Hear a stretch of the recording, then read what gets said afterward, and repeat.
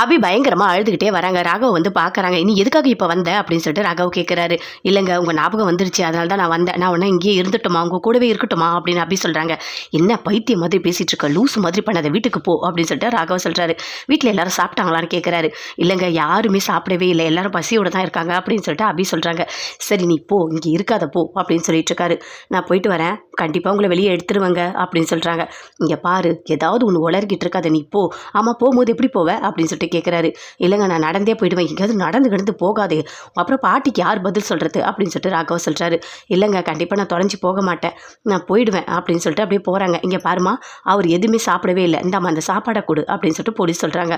அந்த சாப்பாட்டு பேக்கை எடுத்துகிட்டு வராங்க. இந்தாங்க தயவு செய்து நீங்கள் சாப்பிடுங்க அப்படின்னு அப்படி சொல்கிறாங்க. இல்லை எனக்கு வேண்டாம் அப்படின்னு ராகவ் சொல்கிறாரு.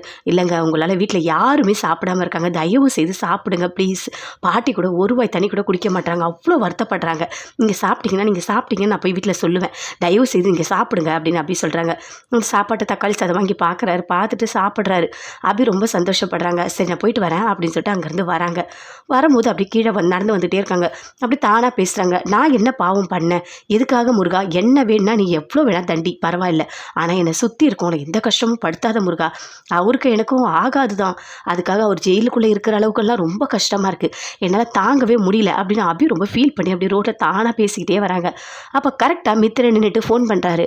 இங்கே பாரு ஒரு லம்பாக ஒரு அமௌண்ட் வரப்போகுது, அந்த அமௌண்ட் வந்ததுனாலே நம்ம ரேஞ்சே வேறு மாதிரி மாறிடும் அப்படின்னு ஃபோனில் யார்கிட்டே பேசிக்கிட்டே இருக்கும்போது அபியோட அந்த டாலர் கீழே விழுது.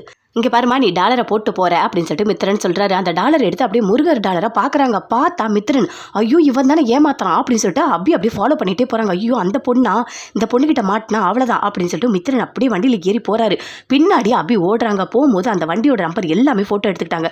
ஐயோ இவன் தப்பிச்சிட்டானே, எப்படி ராகா வெளியே எடுக்கிறதே தெரியலையே அப்படின்னு சொல்லிட்டு அப்படி டென்ஷனாக யோசிக்கிறாங்க.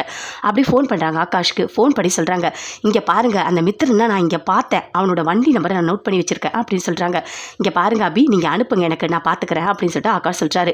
அதை அனுப்புகிறாங்க. அனுப்பிட்டோன்னே அட்ரஸை கண்டுபிடிச்சிட்டோன்னே அப்போ அனு சொல்கிறாங்க, இந்த அட்ரஸ் வந்து நீங்கள் அபிக்கு அனுப்புங்க, அபி அந்த இடத்துக்கு வர சொல்லுங்கள், நாமளும் போகலாம் அப்படின்னு சொல்லிட்டு அனு சொல்கிறாங்க. அதே மாதிரி ஃபோன் பண்ணி சொல்கிறாரு. அந்த அட்ரஸ் நான் கண்டுபிடிச்சிட்டேன், உங்களுக்கு வாட்ஸ்அப் பண்ணியிருக்கேன் அபி, நீங்கள் அந்த இடத்துக்கு வந்துடுங்க. இங்கே பாருங்கள் அந்த இடத்துக்கு வந்தால் கூட நீங்கள் வீட்டுக்குள்ளே போகாதீங்க, வெளியவே நில்லுங்க, நாங்கள் அதுக்குள்ளே வந்துடுறோம் அப்படின்னு சொல்லிட்டு ஆகாஷ் அனு 2 பேருமே சொல்கிறாங்க. எல்லாருமே சேர்ந்து போகிறாங்க. போனோடனே மித்திரன் அப்படியே வேகமாக வீட்டுக்குள்ளே போகிறாரு. போனோடனே அவங்க பொண்ணு கேட்குறாங்க, அப்பா உங்களுக்கு என்னப்பா ஆச்சு, ஏன்ப்பா இப்படி வேர்த்து வந்திருக்கீங்க அப்படின்னு சொல்லிட்டு அவங்க பொண்ணு கேட்குறாங்க. நான் வீட்டை விட்டு வெளியே போயிருக்கவே கூடாதுமா அப்படின்னு சொல்லிட்டு அப்படியே டென்ஷனாக உட்காந்துட்டு இருக்காரு மித்திரன். அதுக்குள்ளே ஆகாஷ் வராரு. ஆமாம் நீ வெளியே வந்திருக்க கூடாது தான் அப்படின்னு சொல்லிட்டு அனு அபி எல்லாருமே வராங்க. வந்தோடனே ஆகாஷ்க்கு கோபமாக வருது. உனக்கு எவ்வளோ தைரியம் இருந்தால் என்னோட ஆஃபீஸ்க்கு வந்து என் அண்ணனை ஜெயிலில் வச்சிருப்பேன், உனக்கு எவ்வளோ தைரியம் இருக்கணும் அப்படின்னு சொல்லிட்டு ஷர்ட்டை பிடிச்சி அப்படியே அடிக்கிறார் ஆகாஷ். அடிக்கும் போது அவங்க பொண்ணு கேட்குறாங்க, யார் நீங்கள், எதுக்காக எங்கள் வீட்டுக்குள்ளே வந்தீங்க அப்படின்னு சொல்லிட்டு. இங்கே பாருமா உங்கள் அப்பா என்ன தெரியுமா பண்ணியிருக்காரு, எங்கள் கம்பெனிக்கு வந்து ட்ரெஸ் மூலயமா வச்சு எங்கள் அண்ணனை மாட்டி விட்டுருக்காரு அப்படின்னு சொல்லிட்டு ஆகாஷ் எல்லாத்தையுமே சொல்கிறாரு. அப்படியே அந்த பொண்ணு பார்க்குறாங்க. உனக்கு எவ்வளோ தைரியம் தான் இப்படி பண்ணியிருப்பேன், ராகவ் என்ன பண்ணார், அவர் ஒன்றுமே பண்ணல, அவரை போய் ஜெயிலில் வச்சுட்ட, நீ பண்ண வேலைக்கு ஒழுங்காக ஒத்துக்கோ அப்படின்னு சொல்லிட்டு அபியும் பயங்கர கோவமாக திட்டுறாங்க.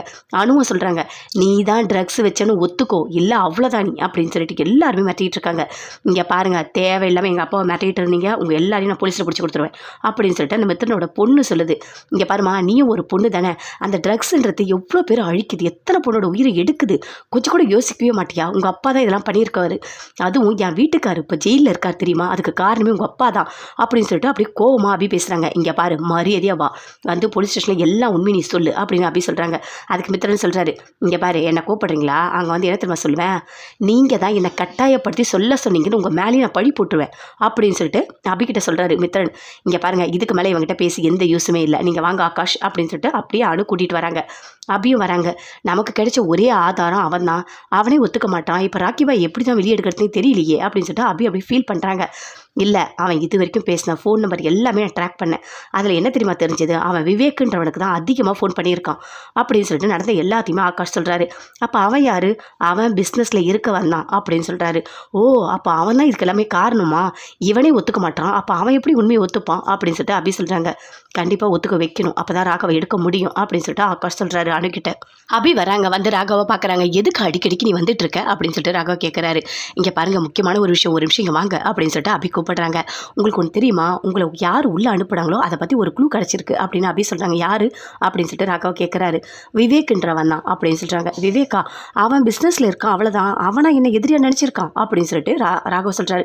அதை கேட்டோன்னே, ஆமாம் கண்டிப்பாக உங்களை நான் வெளியே எடுத்துருவேன், மேலத்தாளத்தோடு வந்து உங்களை நான் ஜெயிலேருந்து கூட்டிகிட்டு போவேன் அப்படின்னு அப்படி சொல்கிறாங்க. சரி, நீ ஏதாவது கண்டுபிடிக்கிறேன் ஏதாவது பண்ணுறேன்னு சொல்லிட்டு என்னை விட அதிகமாக ஆகாஷை ஏதாவது மாட்டி விட்டுற போகிற அப்படின்னு சொல்கிறாரு. இல்லை நான் அதெல்லாம் பண்ணலை, நான் கொஞ்சம் பார்த்து தான் பண்ணிகிட்டு இருக்கேன், கண்டிப்பாக அப்படிலாம் பண்ண மாட்டேன் அப்படின்னு அப்படி சொல்கிறாங்க. இங்கே பாருங்கள், யானைக்கும் அடிசம் இருக்கும், ஆனால் யானைக்கும் கண்டிப்பாக பலம் இருக்கும் அப்படின்னு சொல்கிறாங்க அபி. கண்டிப்பாக நான் உங்களை வெளியே எடுத்துருவேன். இந்த கம்பிக்கு பின்னாடி உங்களை பார்க்கும்போது என்னால் டெய்லி தூக்கமே வரல, எனக்கு அப்படியே அவ்வளோ கஷ்டமாக இருக்குது. இந்த கம்பிக்கு வெளியே உங்களை நான் எடுக்கணும், கண்டிப்பாக நான் எடுத்துருவேன், என்னால் முடியும் அப்படின்னு அப்படி சொல்கிறாங்க. ரொம்ப ஃபீல் பண்ணுறாங்க, அப்படியே பயங்கரமாக ஃபீல் பண்ணுறாங்க. ஃபீல் பண்ணிவிட்டு சரி நான் போயிட்டு வரேன் அப்படின்னு சொல்லிட்டு போகிறாங்க.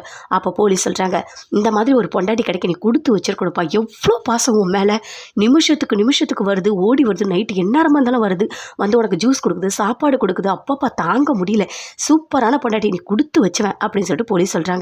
இவளை புரிஞ்சிக்கவே முடியலையே, இவளை எப்படி தான் புரிஞ்சுக்கிறது, இவளை புரிஞ்சுக்கிறதுக்கே ஒரு 10 மூளை எனக்கு வேணும் போல இருக்குது அப்படின்னு சொல்லிட்டு ஆகாஷ் அப்படியே ஜெயிலுக்குள்ளேயே பயங்கரமாக ஃபீல் பண்ணிகிட்டு இருக்காரு.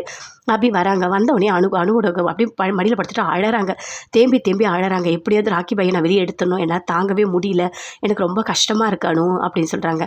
கண்டிப்பாக வெளியே எடுத்துடலாம், கொஞ்சம் பொறுமையாக இரு, ஏதாவது ஒரு வழி கிடைக்கும் நமக்கு அப்படின்னு சொல்லிட்டு அனு சொல்கிறாங்க. ஆகாஷம் சொல்கிறாரு, நீங்கள் கவலைப்படாதீங்க அபி, கண்டிப்பாக நம்ம ராகவ வெளியே எடுத்துடலாம், அந்த விவேக்குன்றவனை நம்ம கண்டுபிடிக்கணும், கண்டுபிடிச்சா மட்டும்தான் எல்லாமே நடக்கும் அப்படின்னு சொல்கிறாரு. கண்டிப்பாக இதுக்கு மேலே ஏதாவது ஒரு வழி பண்ணியே ஆகணும் அப்படின்னு சொல்லிட்டு அபி யோசிக்கிறாங்க. அடுத்த நாள் போலீஸ் ஸ்டேஷன் போகிறாங்க. போயிட்டு வாசல்லே உட்காராங்க. உட்காந்து கத்துன்னு கத்துறாங்க. கண்டிப்பாக நான் தான் குற்றவாளி, என்ன அரெஸ்ட் பண்ணுங்க, ராகவ வெளியே விடுங்க அப்படின்னு சொல்லிட்டு கத்துறாங்க. அது தெரிஞ்சோடனே பாட்டி ஆகாஷ், அனு, அவங்க அம்மா அப்பா அத்தை எல்லாருமே வந்துட்டாங்க.